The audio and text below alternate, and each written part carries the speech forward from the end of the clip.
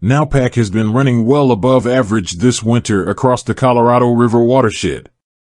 It's a rare bright spot after 23 years of grinding megadrought brought the driest conditions in 1,200 years to the basin that supplies 40 million people in Arizona, California, Colorado, Nevada, New Mexico, Utah, Wyoming, and Mexico. Should the generous rains and mountain snows continue into spring, they could help head off a deeper water crisis, including perhaps an unprecedented loss of hydropower generation from severely depleted Lake Powell and Lake Mead.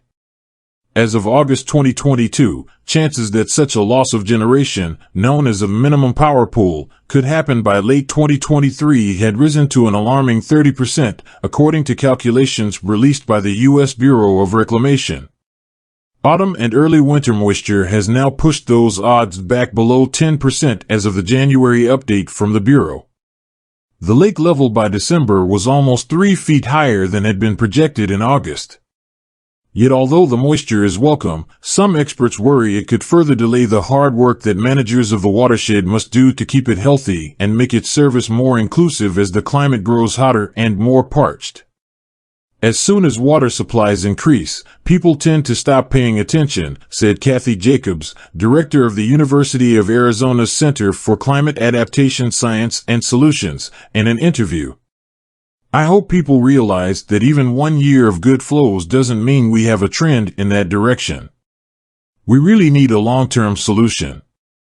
As recently as 1999, Lakes Powell and Mead were nearly full. A number of years since then have been painfully dry, as the region has been suffering through a long-term megadrought similar to others that have occurred every few centuries. Even if this latest megadrought were to end immediately, rising temperatures will continue to sap the region's water supplies. During a megadrought, natural factors, such as persistent La Nina conditions, which tend to shunt moisture-bearing systems north of the Colorado River basin, conspire to limit precipitation. But climate change is playing a role, too, by worsening the impacts of the current megadrought on water supply and ecosystems. Recent studies of tree ring data estimated that regional soil moisture has dipped to its lowest level since at least the year 800. The latest research showed that rising temperatures fueled by climate change are responsible for about half the current megadrought's impact on soil moisture. Another analysis found that the natural flow of the Colorado is decreasing by around 9% for each degree Celsius of warming, mainly because of reduced snowpack. Going forward, warming is likely to be more important than precipitation change in shaping long-term water supply over the Colorado basin. Climate models suggest that total precipitation may increase this century over the upper Colorado basin while holding steady or dropping slightly in the lower basin.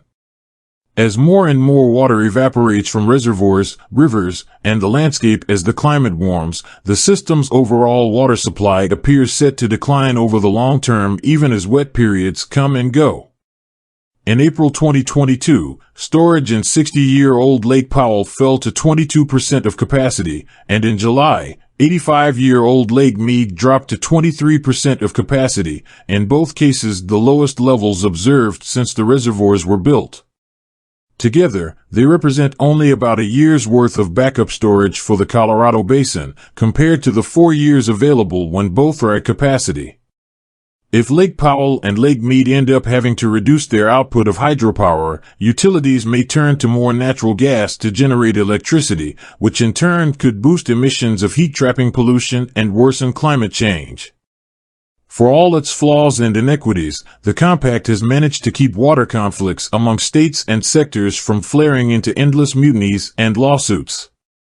It seems unlikely it will be wholly abandoned, given the lack of an obvious alternative, the wildly varying interests, and the complex array of treaties, regulations, and other mechanisms collectively dubbed the law of the river, which for decades has translated the compact into practice.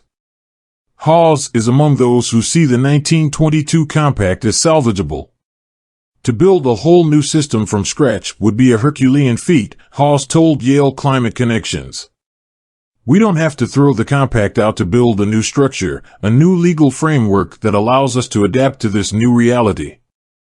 For example, rather than simply lowering the compact's unrealistically large fixed allocations, Hawes and some other water experts prefer dynamic, percentage-based allocations that could flex from year to year as needed.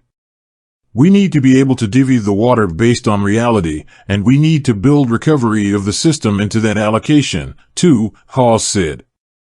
Kuhn and Jacobs put forth their own vision for a revamped agreement in the anthology Cornerstone at the Confluence, Navigating the Colorado River Compact's Next Century, released in November by the University of Arizona Press.